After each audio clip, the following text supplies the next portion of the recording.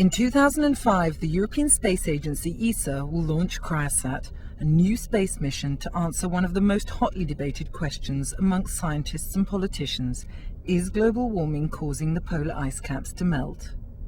To answer this question, CryoSat will monitor land and sea ice in the North and South Polar regions over a 3-year period. During this time, it will measure variations in ice thickness with extraordinary precision. This will allow scientists to determine whether or not the Earth's ice masses are now thinning due to global warming. CryoSat is different from previous efforts to measure ice thickness because CryoSat provides an overview, a complete overview of the ice thickness changes both in the North Pole and the South Pole. CryoSat will carry the first microwave radar altimeter especially designed for measuring the shape and volume of ice. This instrument, known as CryoSat, can measure all types of land and sea ice, from the massive mountains of ice at the poles to the smaller chunks of sea ice floating near the edges of ice sheets. The measurements will be made by sending out very short radar pulses and measuring the time it takes for the signals to travel to the ground and back. The results will be global measurements of ice thickness of unprecedented accuracy. CryoSat is very important because being able to measure the ice thickness changes so accurately and over the entire North and South Pole, then we can predict what will happen to the oceans in the future, whether they will rise significantly or whether they will heat up significantly. And this has an impact on climate, on flooding, and all of these aspects which are very important for the future of our world. But how can scientists be sure that the data sent back to Earth by CryoSat is accurate? In the past, snow conditions have been known to mislead radar readings. Snow cover can be taken for ice, steep edges can lead to faulty information, and slush ice can even appear to be invisible to radar as a result of wave action. CryoSat must be able to determine ice sheet variations with centimeter accuracy, a difficult task. The hills and valleys of the polar ice region have a scale of tens of meters, which is why the CryoSat mission includes a unique but important component: ground truth measurements. These are carried out in the polar regions both before the mission and while CryoSat is orbiting 700 kilometers overhead. ESA has taken the lead in organizing these ground missions known as calibration and validation campaigns in collaboration with polar scientists from the UK, Germany, Norway, Finland, Denmark, Canada, and the US. These experiments are critical in 2 ways. The first is that these independent thickness measurements provide a means for ESA to test the performance of CryoSat in orbit and guarantee that its measurements are correct.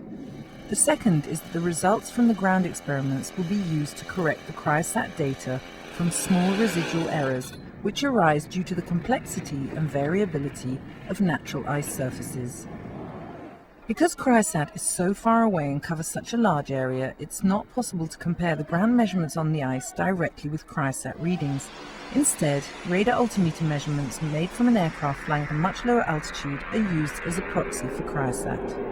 To validate CryoSat measurements, I use the word validate, it means actually check the measurements. We actually need independent measurements from other sources, which we can check then with what CryoSat is seeing. So we use an airplane, for instance, which simulates CryoSat at a much higher resolution.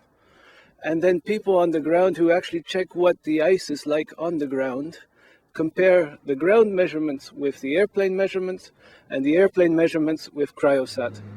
The scale of the validation effort is impressive. Between 2003 and 2007, the 5 years surrounding the launch date, over 8 different campaigns are planned. Typically, these campaigns take place either in the spring or the early autumn, as this time corresponds to periods of maximum or minimum snow cover. It's expected that all campaigns together will collect over 2,000 gigabytes of data in the air and on the ground. The basis for these experiments is coordinated measurements taken by a radar altimeter on an aircraft and by scientists on the ground. In a typical experiment, the airborne team flies up to 10,000 kilometers over Arctic Sea and land ice. The key information, however, is collected by ground teams on the ice. The comparison between data collected on the ground and in the air provides a basis for assessing and improving the precision of CryoSat measurements. The radar system that we have on board of this aircraft has a much higher bandwidth than any radar altimeter systems flown up to now, either on aircraft or on satellite. So we get a much better precision, which means that we can reconstruct the ice surface with a very high accuracy down to 1 centimeter level, and this will be very helpful in comparing these data sets then to the data sets that will be collected with a satellite. Perhaps the greatest challenge of these validation missions are the locations and working conditions of the scientists. They can spend up to 3 months at a time at one of the 3 chosen land sites: Devon Island in the north of Canada, the central region of Greenland, and Svalbard in the North Atlantic. For sea ice measurements, 2 ocean sites have been chosen, north of Ellesmere Island in Canada and to the north of Greenland. All these primary sites are high in the Arctic in some of the most inhospitable areas on this planet. In addition, more sites have been chosen in the Antarctic as secondary sites.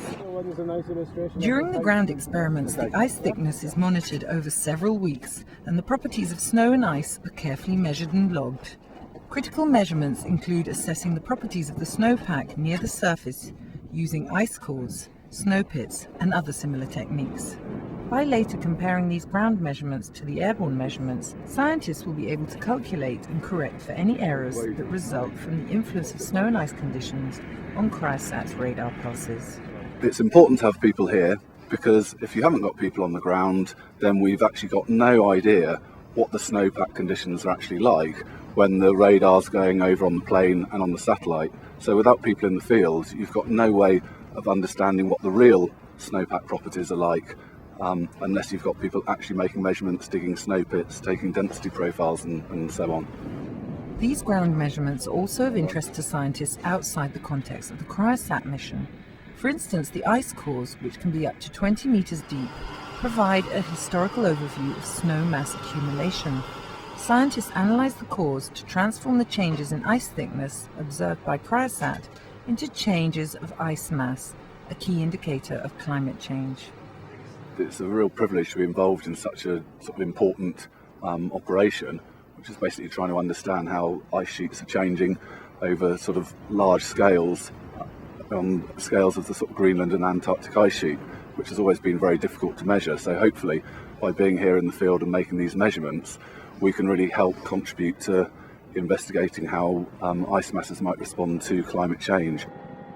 Researchers who carry out these Arctic campaigns can spend up to 3 months at a time living in a hostile and isolated environments in temperatures of 30 degrees below zero. While on the ice, most of their time is spent doing the repetitive work of collecting and logging data. So when the plane with the radar altimeter arrives passing over the test site, it provides a welcome diversion.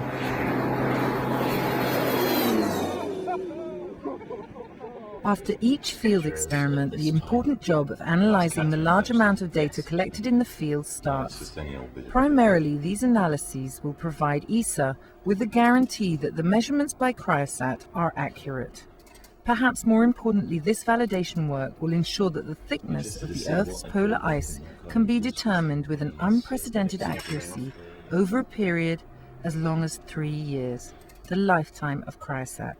It is this 3-year-long record of centimeter precision which should ultimately allow us to answer the question of whether the polar ice has indeed started to melt due to climate change and where it's happening.